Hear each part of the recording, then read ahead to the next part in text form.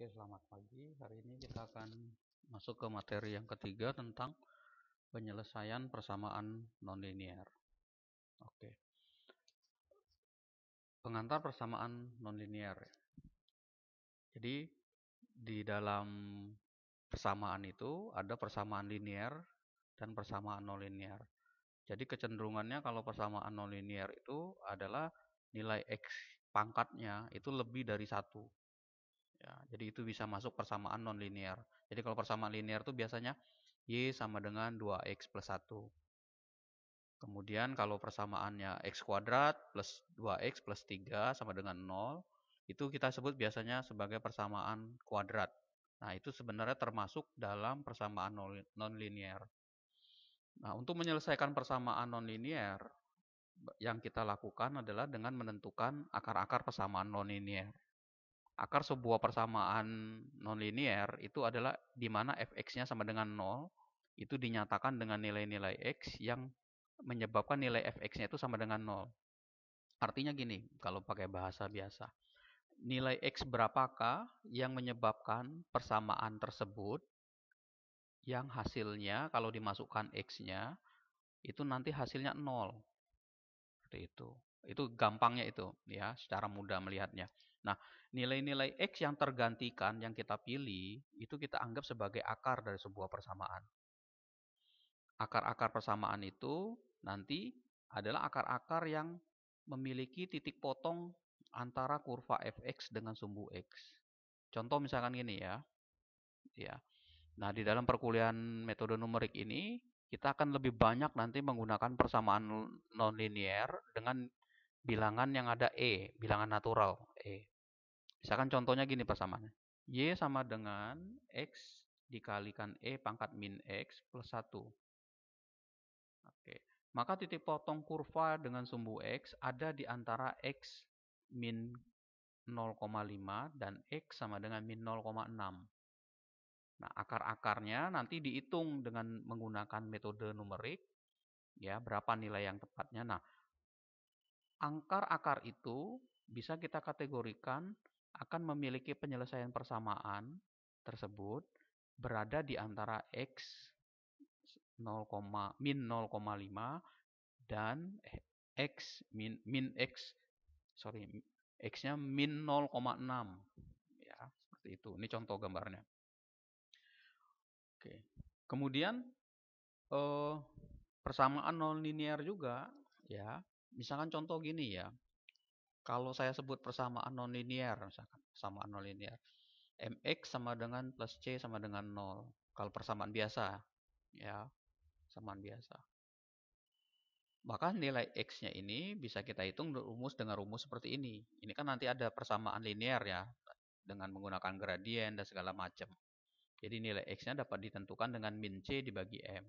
Begitu juga kalau dalam bentuk persamaan kuadrat. AX kuadrat plus BX plus C sama dengan 0. Paling gampang bisa dengan menggunakan rumus ABC.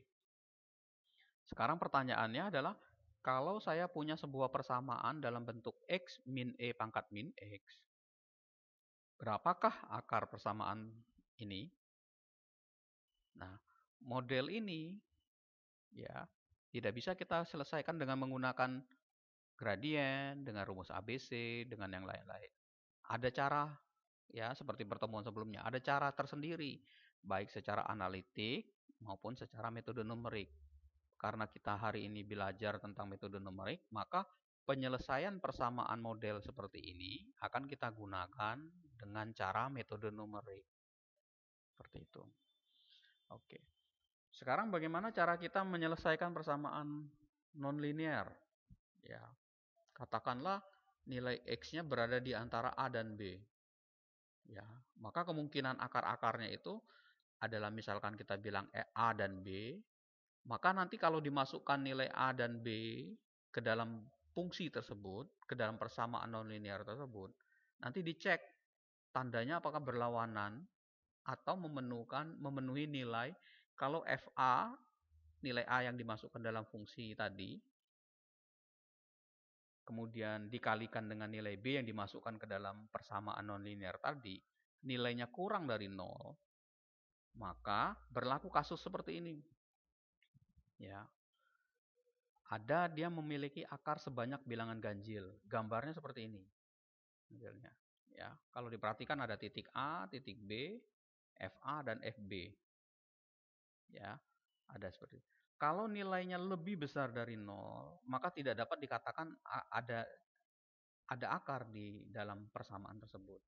Begitu juga ketika nilainya A dan B ini ada dua kemungkinan. Kalau tadi nilainya lebih kecil dari 0 ganjil, bisa juga dia lebih besar dari 0, tapi dia ada bilangan genap antara titik ini. Nah, lihat gambarnya model-model ini.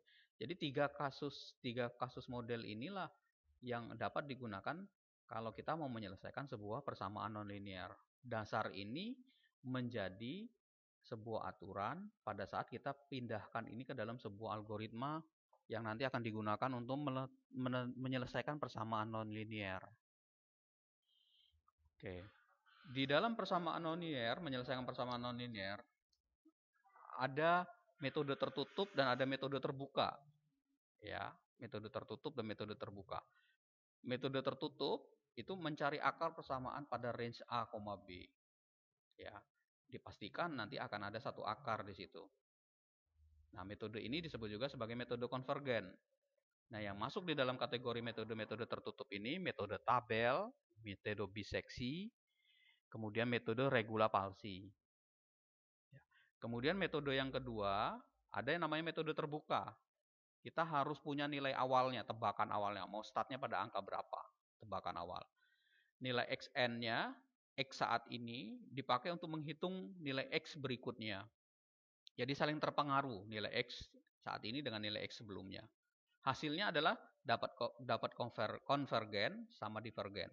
Nah, pertanyaan saya mungkin bisa ditulis di dalam komentarnya. Apa yang dimaksud dengan konvergen dan divergen? Ya, itu ditulis, dicatat di komentar, jawab. Ya, kasih komentar apa maksudnya seperti itu. Kemudian yang masuk di dalam metode terbuka itu ada metode iterasi sederhana, metode Newton-Raphson, kemudian ada metode secant. Ya, 6 metode ini akan kita bahas, ya, akan kita bahas satu persatu.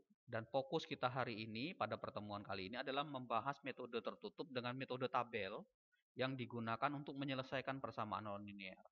Saya akan gunakan software Microsoft Excel untuk membantu menyelesaikan persamaan nonlinear tersebut. Ya, kita akan lihat step by step cara penyelesaiannya. Oke, ada pertanyaan silakan ditulis di komentar. Ya, itu akan menjadi poin penilaian buat kita semua. Oke, sekarang kita masuk ke metode yang pertama, metode tabel. Ya.